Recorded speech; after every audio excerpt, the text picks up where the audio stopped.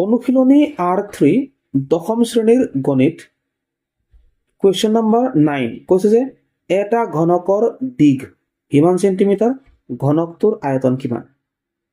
so ঘনক মানে তোমালোকে নিশ্চয়কৈ গম পাইছা ঘনক মানে কি হয় ওকে ঘনক মানে হৈছে এটা 3D শেপ হয়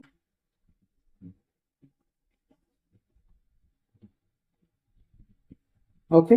এনেকে আৰু এইটো হৈছে ঘনক ওকে এইটো ঘনক গতিকে আমি জানো ঘনকৰ যিবিলাক বাহু থাকে ঠিক আছে কাষ থাকে আসলে এই কাষবিলাক কি হয় সমান থাকে ঘনকৰ দিক প্ৰস্থ আৰু উচ্চতা সমান থাকে কেনে ইয়াত আমি দিগ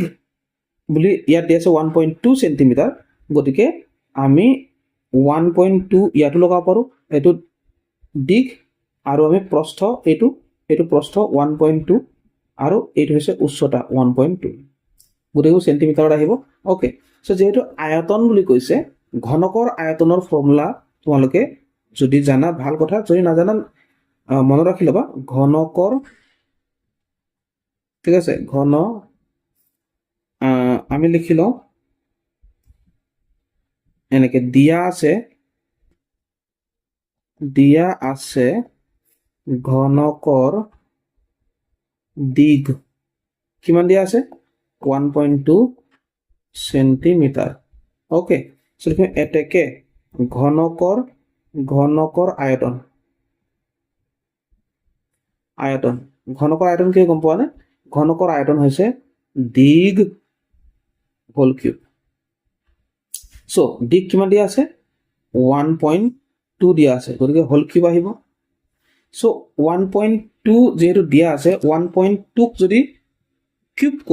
কৰা মানে কি কিউব কৰা মানে হৈছে 1.2 তিনিবাৰ কৈ তিনটা পূৰণ কৰা মানে 1.2 into 1.2 into 1.2 ঠিক আছে ইয়াত যেটো এককটো দিয়া আছে এটো সেন্টিমিটাৰ কিউবৰ আহিব